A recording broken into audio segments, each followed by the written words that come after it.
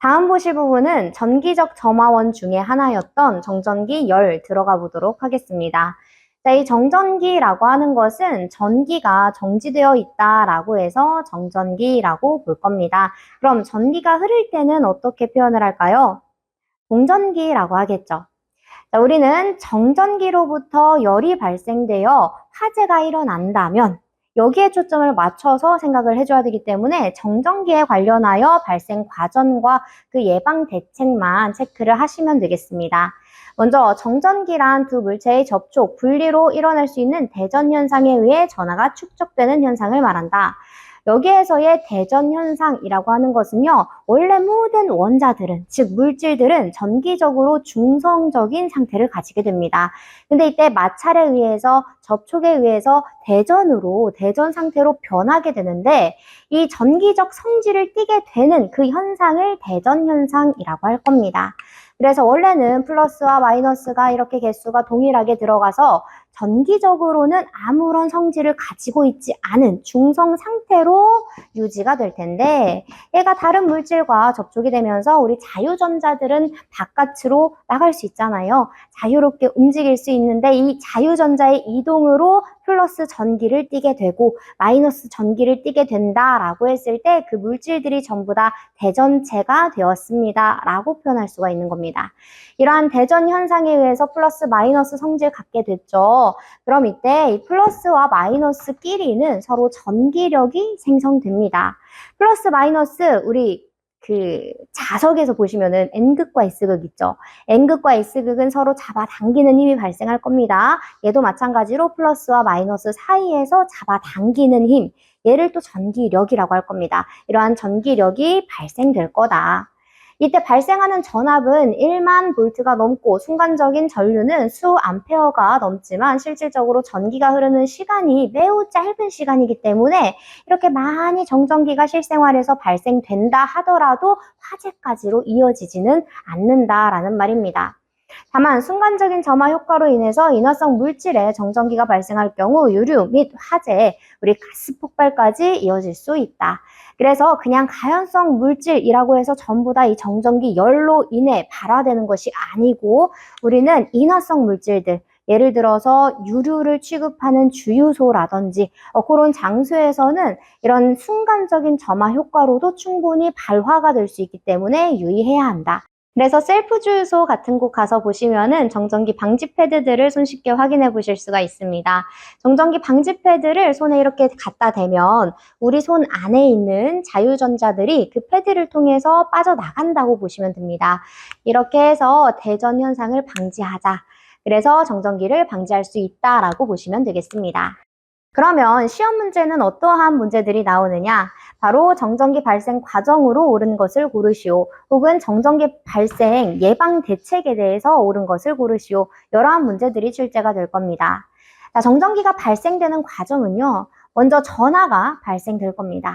즉 마이너스 자유전자들이 쭉 한쪽으로 몰린다라는 의미가 될 거고요. 그로 인해서 축적이 발생될 거고 많이 모여있는 요 전하들은요, 나중에 방전이 됩니다. 외부로 빠져나갈 거예요. 이때 다른 물체들이 이제 접촉하면서 마찰이 이루어지면서 이 자유전자들이 빠져나가는 과정이라고 생각하시면 되겠습니다. 전자들은요, 무조건 그 전위에서 저 전위로 흐르기 때문에 이러한 현상이 발생한다고 보시면 됩니다. 즉, 방전을 누전이라고 보셔도 상관은 없습니다. 자, 이렇게 되었을 때 발화가 되면 얘를 정전기 열이라고 한다. 따라서 순서의 흐름 잘 파악하시면 되겠습니다. 자, 이때 정전기 예방 대책은 사실상 엄청나게 많이 들어갈 수 있겠지만 시험 문제에 자주 출제가 될 수 있는 지문 요 4가지만 명확하게 암기하시면 되겠습니다. 먼저 첫 번째는 접지 및 본딩을 한다라고 나와 있어요. 접지는 대지 안으로 내가 마이너스 전자들을 쭉쭉 다 넣어주겠다라는 의미죠.